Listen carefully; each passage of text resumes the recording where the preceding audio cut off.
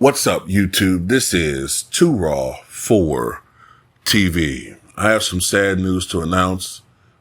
Just saw some news breaking, and that is that one of the greatest collegiate basketball players of all times, and a man whose career did not quite reach the potential it could have gotten to, but he did for a brief moment.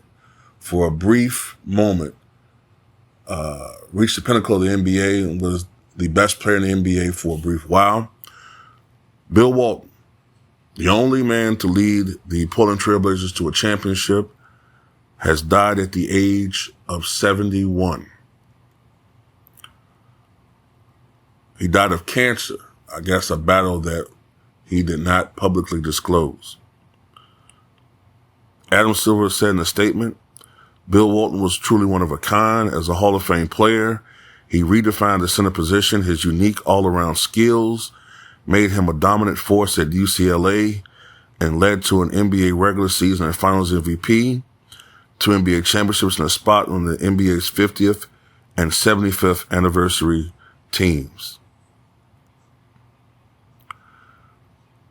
Bill Walton, of course, dominated in college back in the 1970s. He followed the almost impossible act that was Lou Alcindor, later to be known as Kareem Abdul-Jabbar.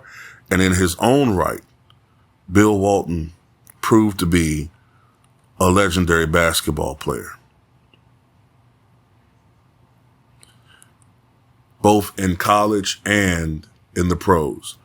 As far as his resume is concerned, Bill Walton was a 2-time NBA champion, 1977 Finals MVP. He won the league's MVP award back in 1977-78 while playing in only 58 games. There have been many who said, how could he have won the MVP award only playing in 58 games? But this is why. When Bill Walton got hurt in the 60th game of that season, the Portland Trail Blazers were 50-10. And they were the defending NBA champions, and they were the odds-on favorite to repeat as champions.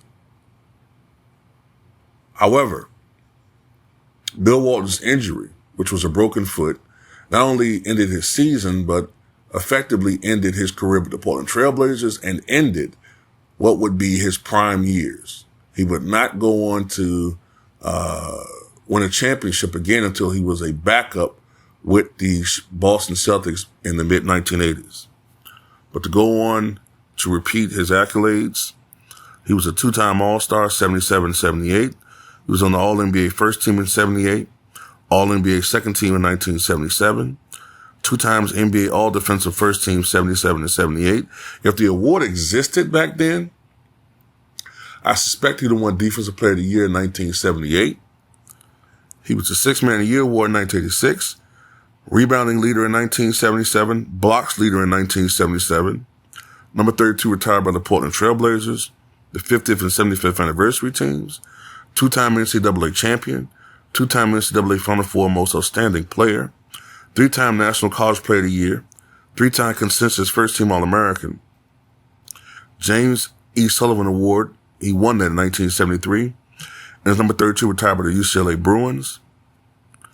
And he was the best passer of his era as far as a big man. And I would say Wes Unseld was just behind him. Wes was probably the best outlet passer of all time. Some people put Kevin Love in that category.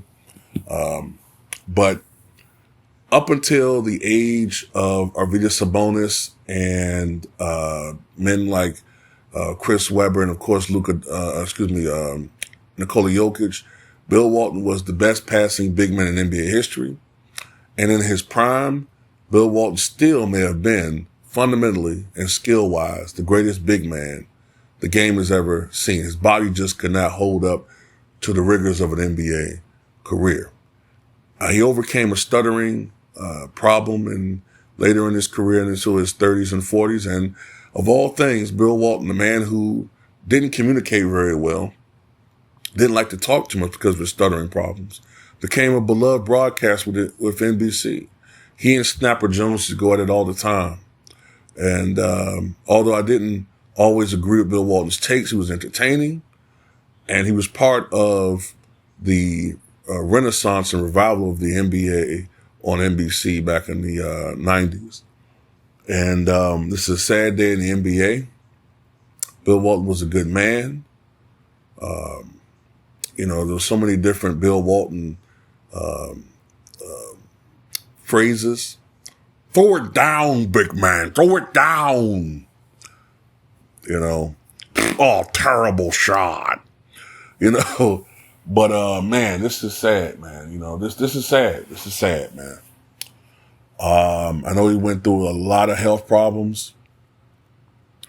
The man had 36 different operations. 36 operations on his back. 36 operations he had in his lifetime, if I'm not mistaken. If I remember the number, 36 different operations, mostly with his back. And he was dealing with a lot of pain just from the back issues. I had noticed Bill Walton was getting thinner, but I just thought it was just because he was getting older. But like I said, you never know. A lot of us are dealing with privately, man. And rest in peace to Bill Walton, man. Tell me what you guys think.